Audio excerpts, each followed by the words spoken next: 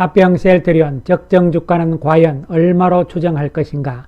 글로벌 빅파마와 비교해 본다면 셀트리온 화요일 플러스 1.35% 상승, 헬스케어 플러스 1.34% 상승, 제약은 플러스 4.83% 크게 상승하는 모습입니다. 지난주 금요일 잠시 주춤하고 이번 주 들어서 월요일, 화요일 이틀 연속 양봉을 보여주면서 상승세가 지속되고 있는 모습이고, 특히 제약은 상승 탄력이 강해지는 모습이 연출이 되면서 그동안의 소외에서 벗어나는 움직임을 보여주고 있습니다. 셀트리온 오늘도 외국인들 매수는 이어졌죠. 141억의 매수 우위, 기관 투자가들도 98억의 매수 우위를 보였고요. 자사주는 2702주를 매수를 했습니다. 그리고 헬스케어 역시 외국인들이 79억의 매수 우위, 기관들은 36억의 매도를 보인 모습이고, 자사주는 42,838주 매수를 한 모습. 제약은 외국인들이 31억의 매수, 기관들은 41억의 매수를 보인 상황이죠. 그래서 예상을 했던 대로 11월 들어서 수급 상황이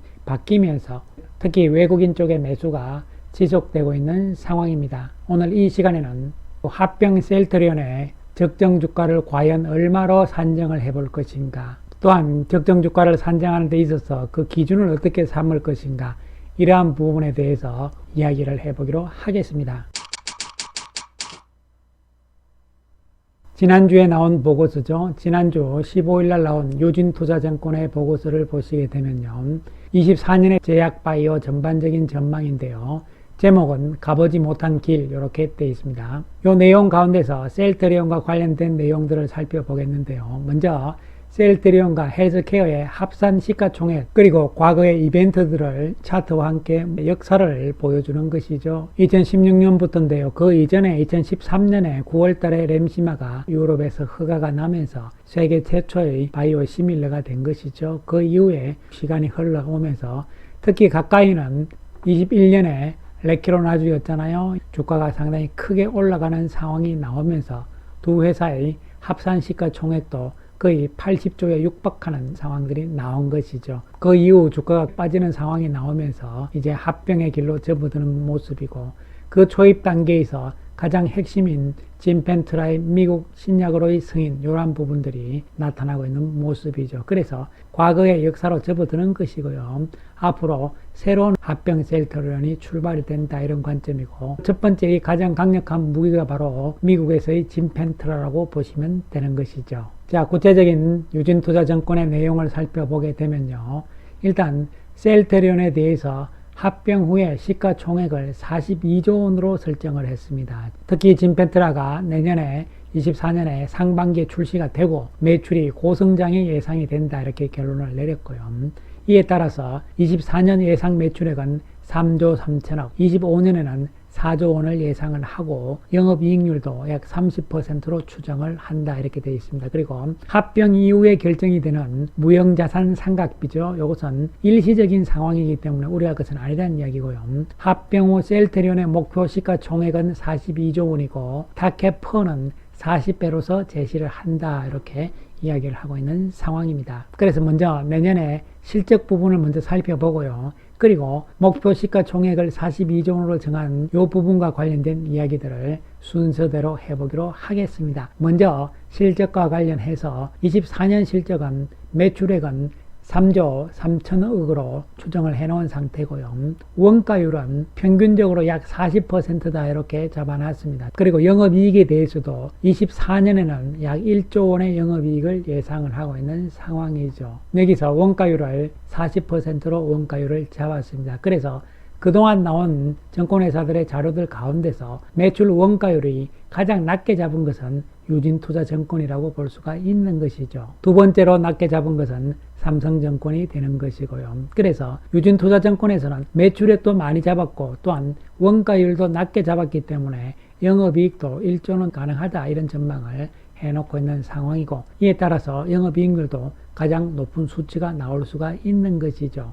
그래서 여기서 중요한 것은 매출 원가율이죠. 회사 측에서는 38.6%로 보고 있잖아요. 증권사들의 평균은 50%가 약간 넘는 수준이죠. 매출 원가율은 진펜트라가 신약이기 때문에 미국에서 약가를 얼마로 할 것인지 아직 정해지지 않은 상태이기 때문에 매출 원가율을 전망하는 것이 까다로운 것은 사실이죠. 그러나 지금 너무 좀 높게 잡아놨다. 왜냐하면 진펜트라의 약가 가격이 기존의 유로베이스의 램시마 SC보다 최소 3배 이상은 높게 책정이 될 것이기 때문에요. 이에 따라서 과거의 원가율을 계산을 하면 안 되고 원가율이 조금 더 낮아져야 되겠죠. 어쨌든 그런 작업들은 필요한데 유진투자증권은 매출 원가율을 40%로 회사 제시한 숫자와 가장 가까운 원가율이 되는 것이죠. 자, 그 다음에 이제 적정 주가와 관련해서 살펴봐야 되는 것이 유진투자증권에서는요, 합병 후 셀트리온의 목표 시가총액은 42조 원이고 타켓펀은 40배로서 제시를 한다 이렇게 이야기를 했습니다. 여기서 합병 셀트리온의 적정 주가를 구하기 위해서는요, 시가총액을 42조로 본 이유가 퍼를 40배로 봤잖아요.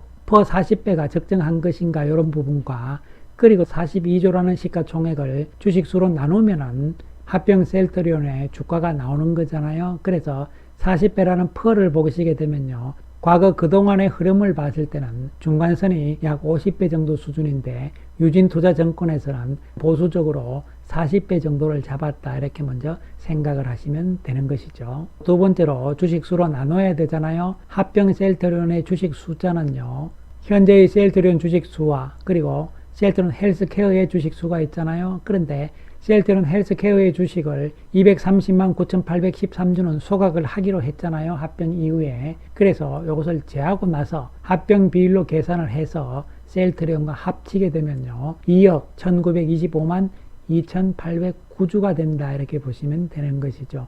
이것을 42조로 나눈다는 이야기잖아요. 자, 그렇게 해서 우리가 살펴보게 되면요, 퍼를 40으로 봤을 때 시가총액을 42조 정도로 목표로 삼았다. 그래서 이것을 주식수로 나누게 되면 주가는 19만 1,560원이 되는 것이고요. 아까도 봤듯이 셀트리온의 과거 흐름으로 봤을 때 퍼의 중간선인 50으로 잡게 되면요, 적정 주가는 23만 9,450원이 되는 것이고요.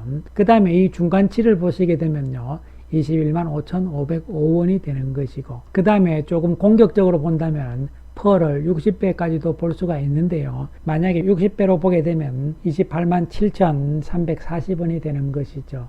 퍼를 어떻게 보느냐에 따라서 주가의 차이가 당연히 나는 거잖아요. 그렇다면 퍼를 어떻게 봐야 될 것인가? 뭔가 비교 대상이 있어야 되잖아요. 이 비교 대상을 우리가 글로벌 빅파마 그리고 국내 업체들을 한번 살펴보는데요. 먼저 국내 제약바이오 쪽을 보시면요, 삼성바이오가 23년 예상 퍼는 58배가 되는 것이고요. 내년에는 44배 정도가 됩니다. 셀트리온은 42배, 36배가 되니까 낮은 상태죠. 그 다음에 헬스케어는 109배이고 43배가 되는 것이고, 유한양행도 40배, 29배, 그리고 한미약품은 22배, 23배 이렇게 되어 있는 상황이죠. 글로벌 빅파마들을 보시면요, 시가총액이 제일 큰 것이 일라이 릴리잖아요. 일라이 릴리는 올해 퍼는 92.8이고요. 내년에는 49.4입니다. 높게 나와 있고, 두 번째로 시가총액이 큰 노보노르디스크는요, 37.8 그리고 30.9 이렇게 되어 있잖아요. 그 다음에 존슨앤존슨은 14.6, 13.7 이렇게 되어 있고요. 머크가 올해가 약간 높지만 내년엔 다시 12.1이 되잖아요. 따라서 미국의 경우에는요, 가장 높은 퍼가 92.8이 되는 것이고요. 그 다음에 또 낮은 쪽은 12배 정도밖에 안 되잖아요. 대부분 업체들이 20 이하죠. 그런데 CMO나 바이오 시밀러 쪽을 보시면요, 산도스의 경우는 11.7, 10.5밖에 안 됩니다. 그리고 론자의 경우도 24.9, 24.5 이렇게 되잖아요. 그러니까 우리나라의 삼성바이오하고 셀트리온의 퍼는 글로벌 업체들과 비교를 했을 때는 높게 나와 있는 것이 사실이죠. 그런데 여기서 중요한 것은요, 성숙한 회사와 성장하는 회사의 차이가 있는 것이거든요. 즉, 신약을 개발하면서 회사가 갑자기 커지는 상황과 꾸준하게 성숙 단계에 있는 회사들과의 퍼는 다를 수밖에 없는 것이죠. 그래서 이 퍼의 개념은요, 이익이잖아요. 수익성의 개념이기 때문에 성장성의 부분은 좀 빠져 있는 것이죠.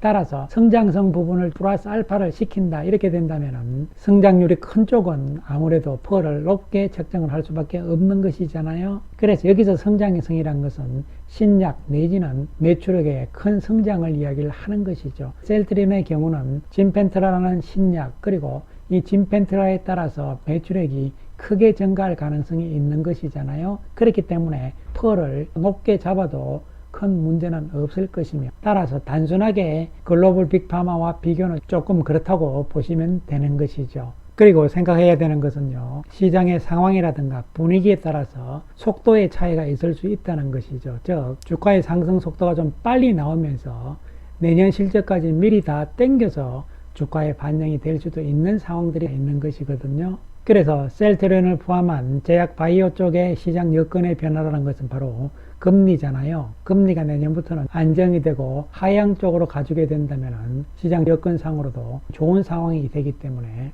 셀트리온 역시 이러한 분위기를 탈 수밖에 없다, 이렇게 또 볼 수가 있는 것이죠. 어쨌든 간에 지금 현재까지 나온 데이터에 의해서는 적정 주가가 이 정도 수준이라는 사실은 염두에 두실 필요성이 있는 것이고요. 적정 주가는 실제적인 실적에 따라서 계속적으로 바뀔 수 있다는 측면도 생각을 하시면 되겠습니다. 그리고 무엇보다 중요한 것은 최근 수급의 변화잖아요. 외국인들의 매수가 계속적으로 이어지고 있는 상황이고, 11월 들어서 오늘까지 1562만 주대를 셀트리온을 외국인들이 매수를 했잖아요. 합병에 따라서 이미 발빠른 외국인들은요, 즉 패시브 자금 쪽에서도 조금씩 미리 들어오고 있는 과정이라고도 볼 수가 있는 것이죠. 그리고 또 한 가지 봐야 되는 것은요, 외국인에 이어서 기관 투자가들도 매수에 가담하는 분위기가 서서히 시작됐다고 볼 수 있는 것이고, 헬스케어도 같은 개념에서 접근을 할 수가 있는 것이죠. 따라서 현재의 주가 움직임은요, 저평가 상태를 벗어나는 과정이잖아요. 합병 재료와 더불어서 평가를 받고 있는 과정이 시작됐다, 이런 측면으로